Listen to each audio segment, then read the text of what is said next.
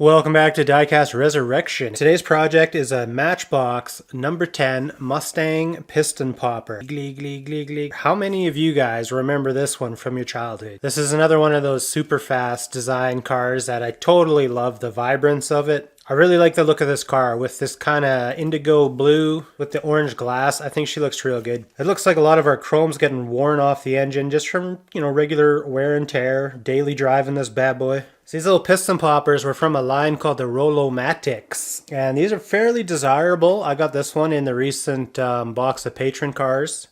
Then just briefly check the eBay prices, and these things can start at about $5 and work their way up to about $80 depending on condition. So if you got a nice condition piston popper, it could be worth a few bucks. I think today we're going to do just an honest restoration on this one with some extra details. I've detailed up this Mustang casting before. We can get this thing looking pretty good. We got a nice, it looks like a white interior coming through the orange. So I'm a big fan of this car. I'd like to get it working a little bit better. This side, like I said, is jammed. There might be a bunch of carpet pubes stuck in there or something. So we'll have to open her up, do a little rebuild, get her working properly. We'll get some new paint, and I think we'll probably try to restore these wheels. We'll get these looking a little bit nicer and maybe put a finish on them. That's what we're up to today, so why don't we get started? Looks like we got a couple extra rivets on this model, so we'll start by drilling those out quick. Alright, let's see what's going on in here. Very carefully. Pretty standard Matchbox suspension, minus these wheels.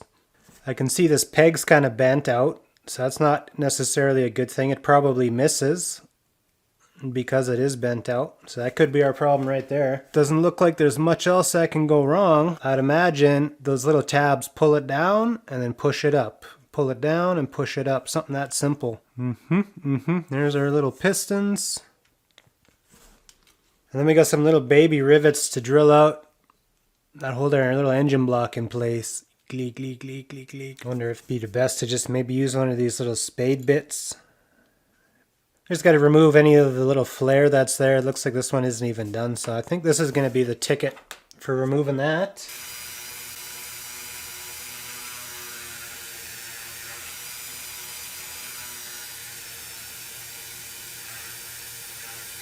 Alright, let's have a look-see here.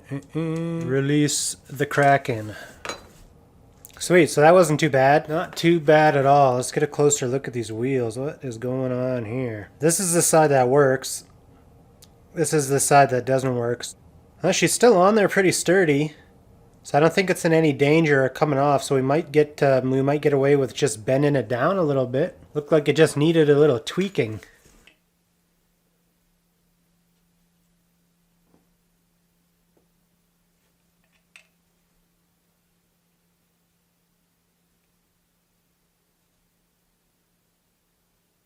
Make sure we got a nice juicy layer on here. While we're giving that a second, what would you guys do with this thing? This is a CPG Fox Body Mustang, which I call the Super Snake. Originally, I was thinking of doing like, I kind of wanted to make it a Cobra with the stripes or something. Would you guys keep the snake? Would you guys redo the snake? Let me know what you guys think in the comments, and we'll probably have this one coming up in the next week or so. How's this looking? Yeah, she's done.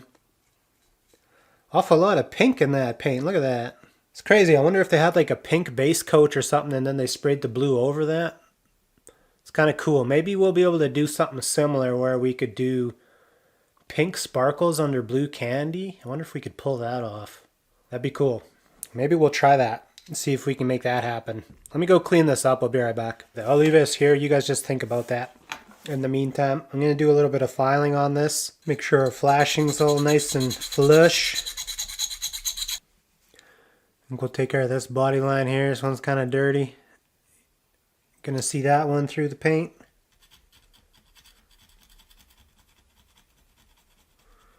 So I don't know if you guys remember my, I don't know, what do they call it? Murdered Candy Beetle. Let me show you. Some of my OG subscribers will probably remember this Beetle we did. This kind of California'd out custom Beetle. This one has a special paint job on it where it's got black candy over red sparkles, so you can just kind of make it out. Once you get in the sunlight, this thing just glistens red. But I wonder if we use the same technique I did for this, but we did pink sparkles under blue. I wonder if that's possible. Or would the pink just be muted out completely? I guess my old man was quite the Mustang collector in his youth. I shouldn't say collector. He was pretty hard on them. You know, he liked doing the street racing and stuff. And this is way back in the day when Mustangs were plentiful. He was telling me one story in particular where he was heading home one night in the fog. It was one of those nights when you're scared to do the speed limit, you know, like because your visibility is so bad. When my dad told me this story, he was laughing. He said he was coming up the last overpass off the highway, making the curve. And just as he got to the top, some idiot had his car sitting up there on a jack stand with one tire taken off. And the car was just completely blacked out. So my old man came around the corner, hit this car, destroyed the front of his Mustang, knocked this car off its jack stands, right in front of the guy who was just coming up the other side of the overpass pushing a freshly inflated tire. And so this guy saw the whole thing after he made the whole journey of getting his tire inflated. Could you imagine that? Talk about a bad day. So I don't know who would have been at fault for that, but I don't know, probably my dad. He was just a kid at the time. That Mustang, I don't think he even fixed it. I'm pretty sure he just went and got another one, so who knows where that Mustang ended up. First, we're going to put on a layer of silver sealer, which is basically like a primer that has a ton of silver sparkles in it. And then I think to push the boundaries a little further, we'll do a coat of this Hot Rod Sparkle Spectrum. And this is basically just more flake we're going to throw on there. And then what we're going to do is I'm going to take my Sunset Magenta here. This is probably going to be the brightest pink I could do. If I just do one or two coats of this, it'll be super bright. So we'll have our car Hot Rod Sparkle.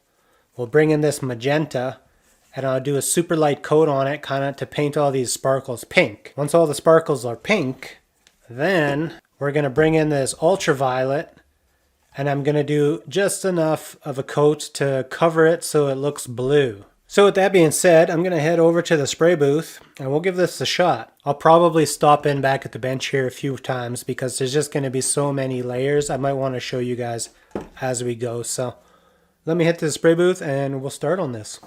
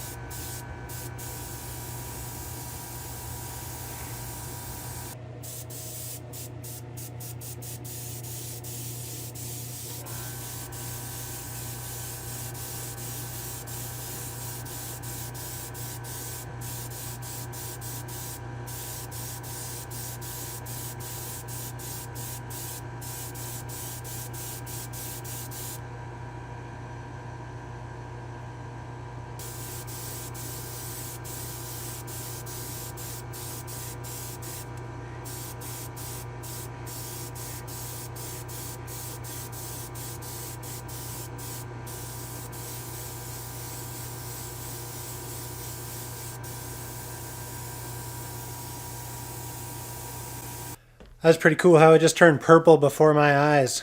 I didn't want to put on too much to completely drown out that pink, but I think we're in a real good spot right now, so I'm going to stop right there. And hopefully it sparkles pink. So we won't see it until the reveal, but yeah, I mean, it's looking good so far. So I guess I'm going to go clear coat this. And I'll throw it in the oven, get it curing, and we can move on to some other parts. Yes. The car is painted. She's drying in the oven, and believe me, that paint job is primo. This has got a bunch of road rash on top, so I think I'm going to do a little bit of sanding, and then we're going to clear coat this. Boy, she's really missing some plastic. Oof.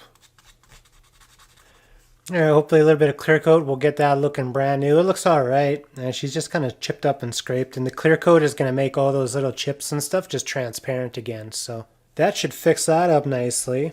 This is clean, so I got to not touch that. I got my little painting set up here. And I brushed a little bit of Mollentow, redid our rims. We're going to let this dry completely, and then I'm going to go in, and while I'm clear coating our head, I'm also going to clear coat our wheels, and that's going to seal up this Mollentow, and it should look good for many years to come.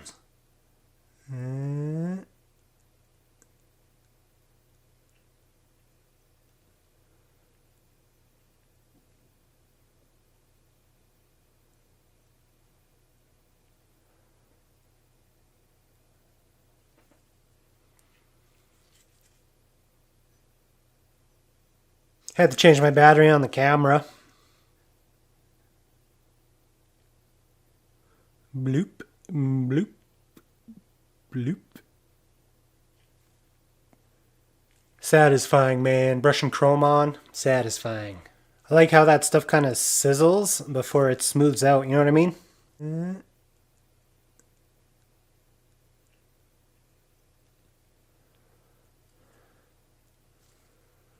There, that's looking great. So this is going to have to go in the paint oven or else it's not going to be dry for a week.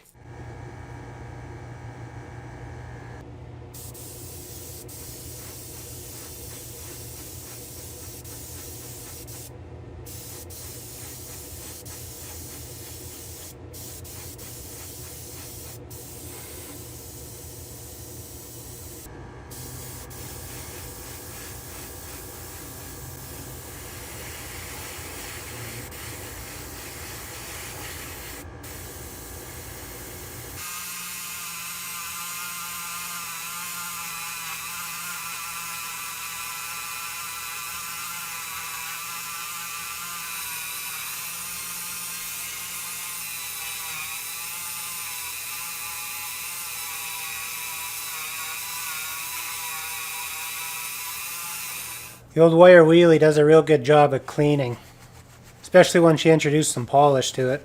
Then you got double action cleaning. That's looking nice and fresh. No more tarnishing.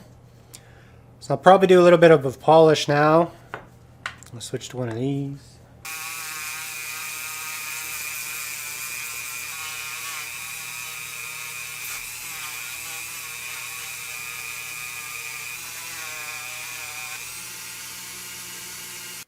So I wanted to try to do some taillights here. And I know it's going to be a little bit hard to tell, but there's a raised edge around each of these, like there should be, like a chrome trim. I want to see if I can get some taillight juice in there without disturbing this trim around the edge, if possible. So what I've done is I mixed up a little bit of red clear coat, and I have this thinned down. So I'm going to get my sharpest little paintbrush and see if I can't just dab it in there and see if we can't make real nice little taillights that have a chrome bezel around the side. And you know what I mean? Let me make sure. We need a super sharp, super duper sharp paintbrush for this task. It's probably the best shot I'm going to get. It's staring right at the light, so it's a little bit glary. Let's give this a try here. I think I could do it if I was not trying to film it. So let me try. It's like I got a bunch of little rubies just inlaid in there. I like that. Some sweet taillights. Gleek, gleek, gleek, gleek. Oh, they're so small. It's so small and so far away. I don't think I'm going to be able to do this on camera either, guys. I'm sorry. What do you think of them details? Not bad? Not bad for a bush ape? Huh? Not bad? My taillights are like little inlaid rubies. Bloop, bloop, bloop, bloop, bloop. Beautiful, man. That's going to look so good. So, everything here is looking good. I think we are on schedule. I'm just, I think I'm just waiting on the windshield to dry a little bit. I used some of this professional clear plastic polish, and you kind of let this stuff dry and then you buff to a shine, is what I have read. Yeah, wipe dry and buff off residue. I got all my parts here ready to go. I'm just about ready to do an assembly. This dried really nice.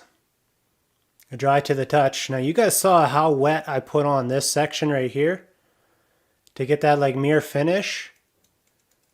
That's totally dry. When you're using this liquid chrome, a little heat goes such a long way. So, click that over there. So I'm going to do an assembly now, and then, we'll do the final reveal. So get ready for this one. Well, here she is. Here's our Mustang Piston Popper by Matchbox. Check it out. This thing turned out real nice. Hopefully you guys like the paint. It shows, every now and then you get a little flash of pink. It's very subtle, but this one's beautiful, man. That's a real cool color. A little of that ultraviolet with a touch of purple. Turned out juicy. We'll have to experiment with that color on some other cars as well. One of these days. We'll get to it. Make sure you leave a like to support the channel. Say hello in the comments, and I will see you guys in the next one. In just a day or so, I'll be back with something different.